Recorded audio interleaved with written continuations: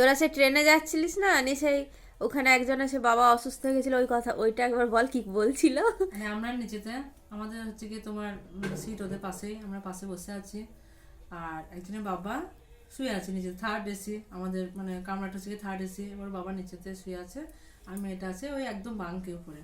বাবাটা হঠাৎ করে না অসুস্থ হয়ে গেছে, দেন করছে দিয়ে ওর মেয়ে ওখান থেকে বলছে, আমরা সবাই দাঁড়িয়ে গেছি, আমরা একটা অসুস্থ পাশে বসে থাকা হয়,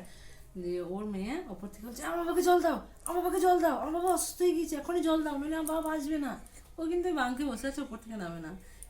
নিচেও নেমে আসছে না বাবাকে দেখে, আমার বাবাকে তোমরা সবাই জল দাও, আমি ওপর থেকে বলবো। এবার এই কথাটা আমাদের তো মুর্শিদাবাদের বাড়ি ধরো, এবার আমার ঠাকুমাকে গিয়ে বলেছি, আমার তো মুর্শিদাবাদের ভাষা আলাদাই জানো, এবার আমার ঠাকুমা কি বলছে দেখো ওকে দেখে, মানে আমার ঠাকুমা আমার জায়গায় আমাকে ওকে বসিয়ে নিয়েছে, দিয়ে ওই মেয়েটাকে কল্পনা করে আমার ঠাকুমা বলছে বন্দরে বিট্টি আমার বাবাকে জল দে, তুই জল দে, তোর বাবা তুই জল দিবি, আমার কি ল, তোর বাবাকে তুই জল দিবি, তুই কিসের আমার অত মায়া, আমার মায়ায় কোনো কাজ নাই, আমি উঠবো না। দিয়ে আমাকে আমার ঠাকুমা তাকে বলছে উঠতে হতো না, মরুক ওর বাবা মরুক, তোর দেখার দরকার নাই, তোরা মায়াকে জল দিতে গেছিস, বন্ধুর বিট্টি অপর থেকে বাবাকে জল দাও জল দাও, তুই